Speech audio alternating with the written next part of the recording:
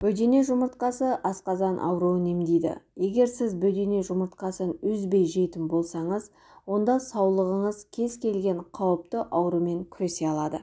Гастрит бұл асқазанның шырышты безінің қабынуынан пайда болады. Ауруды елеусіз қалдыруға болмайды. Уақытында тексеріліп, қажетті ем шараларын жүргізбесеңіз, соңы асқазан жарасына немесе қатерлі ісікке айналуы мүмкін. Гастриттің алғашқы белгілері бұл асқазанның жоғарғы жағы сыздап ауырады. Тамақтан кейін ауырлық, тамақтан соң жүрек айнып құсу, ащы немесе сасық кекіру, таңғы уақыттағы қыжыл, іштің кебуі, нәжістің өзгеруі, іш өту немесе іш қату, ауыздан жағымсыз иістің шығуы, жалпы жағдайдың нашарлауы, шаршау, ұйқышылдық, жұмысқа қабілеттің төмендеуі, терінің құрғауы, тырнақтың сынғыштығы мен шаштың түсуі болып табылады.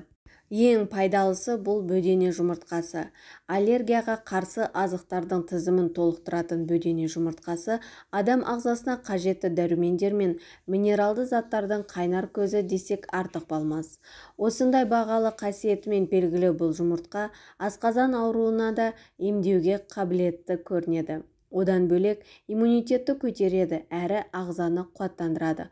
Ол үшін күніне 1-2 дана жұмыртқа жеуге әдеттеніңіз.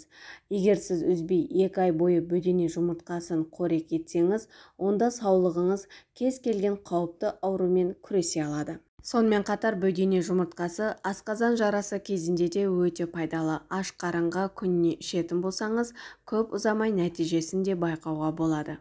Грек жаңғағының тұнбасы. 20 грамм ұнтақталған грек жаңғағын 1 стакан қайнаған суға салып тұндырасыз. Әр минут сайын араластырып тұруды ұмытпаңыз. Шамамен жарты сағаттан соң сүзіп алып 2 шай қасық бал араластырасыз. Дайын болған тұнбаны күніне 1 ас қасықтан қабылдайсыз. Қарақұмық ботқасы. 3 ас қасық қарақұмықты термостағы 10 ас қасық қайнаған суға салып тұндырып қоясыз. Бұқтырылған ботқаны таңғы асқа жейсіз. Емделу мерзімі 1 аптадан 2 айға дейін ұзарады. Бұл тұнба асқазан ауруларының бәріне ем болатын қасиетке ие.